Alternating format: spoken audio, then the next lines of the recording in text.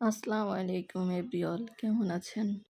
Ayesha's blog and কুকিংয়ে সবাইকে স্বাগতম। একদম ঘরোয়া উপকরণ দিয়ে আজ তৈরি করে দেখাবো মজাদার পাস্তার রেসিপি, যা দিয়ে আপনার পরিবারের সকলের মন আপনি জয় করতে পারবেন। এজন্য আমি একটা কড়াইতে কিছু পানি আর সাথে তেল আর লবণ দিয়ে পানিটা হালকা গরম করে নিব। পুরোটা ফুটানো যাবে না। এর মধ্যে ঢেলে দিলাম পাস্তাগুলো।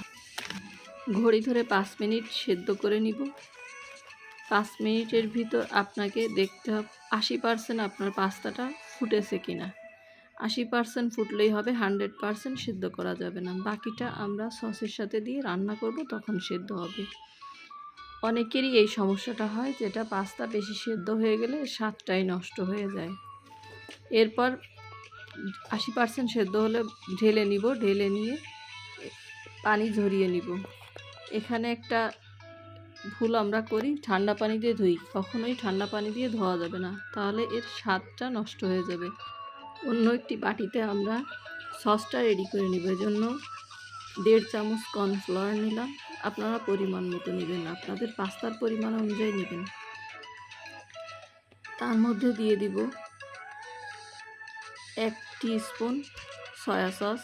আমি 2বারেই নিয়েছি, কিন্তু 1 টিস্পুনই হবে।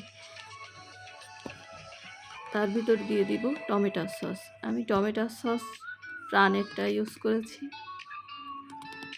আপনারা আপনাদের পছন্দ মতো নিতে পারেন। এর ভিতর আমি নিয়ে নিব সামান্য কিছু চিলি ফ্লেক্স। আপনারা আপনাদের যে বাচ্চারা যেমন ঝাল খাবে বা বাসার লোক যেমন ঝাল খাবে, সেই অনুযায়ী আপনারা ঝালটা নিতে পারেন। এরপর সামান্য পানি দিয়ে এটা ভালো করে মিক্স করে নিতে হবে। মিক্সারটা একটু সময় নিয়ে আস্তে আস্তে করে সুন্দর করে মিক্সড করে নিতে হবে। কর্নফ্লাওয়ারের দলা যেন কোনোভাবেই থেকে না যায়।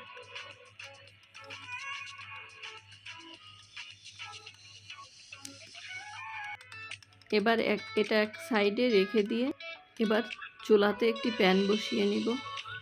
বসিয়ে সামান্য একটু তেল দিয়ে প্রথমে ডিমটা ভেজে উঠিয়ে রাখবো।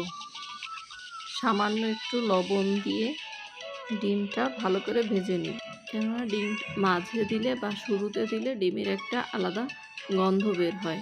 এজন্য আমরা ডিমটা হালকা ভেজে এটা সাইডে উঠিয়ে রাখবো। ডিম কড়া ভাজি হওয়া যাবে না, তাহলে আবার স্বাদ নষ্ট হবে।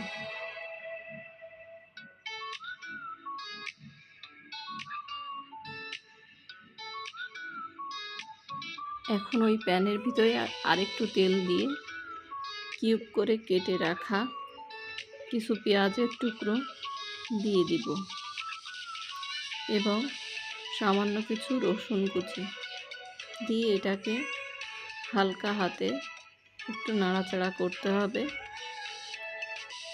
একটু কালারটা চেঞ্জ হয়ে আসলে এর মধ্যে সামান্য একটু লবণ পেঁয়াজের পরে ছড়িয়ে দিব এবং মিনিট 2 এটাকে এভাবে ফ্রাই করব। পেঁয়াজের কালারটা যখন হালকা চেঞ্জ হয়ে আসবে, তখনই আগে থেকে মিক্সড করে রাখা সেই সসটা ঢেলে দিব এবং একটু পানি দিব, যাতে কড়াইতে ধরে না যায়। একটু পানি দিব এবং বাটিটা ধুয়েও আমি বাকিটা পানি দিয়ে দিলাম।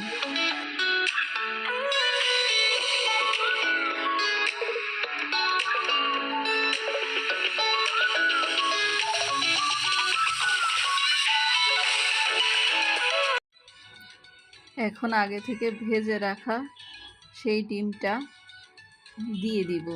দিয়ে নাড়াচাড়া করে কালারটা এমন আসবে, তখন একটা ম্যাগি মশলা এর ভিতর দিব।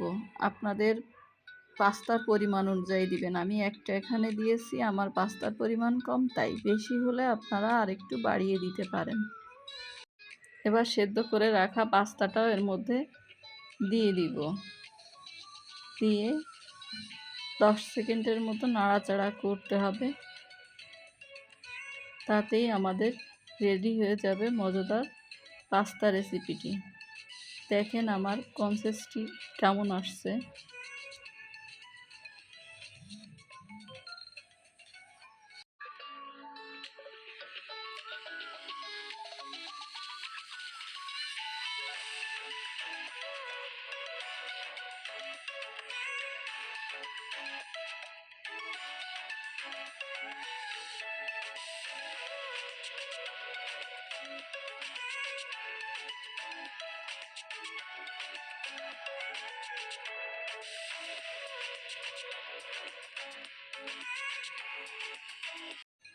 এখন আমার পাস্তাটা পরিবেশনের জন্য রেডি।